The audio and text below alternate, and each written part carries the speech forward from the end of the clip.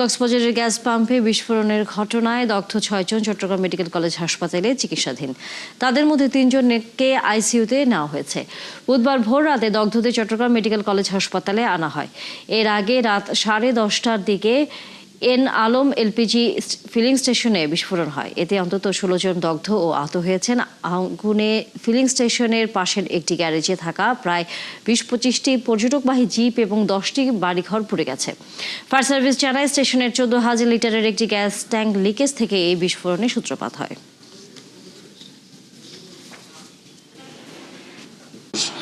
6টার মধ্যে হচ্ছে একজন 90% সাথে ইনহেলেশন, আরেকজন 40%, আরেকজন 50%, একজন 30%, দুইজন 20%।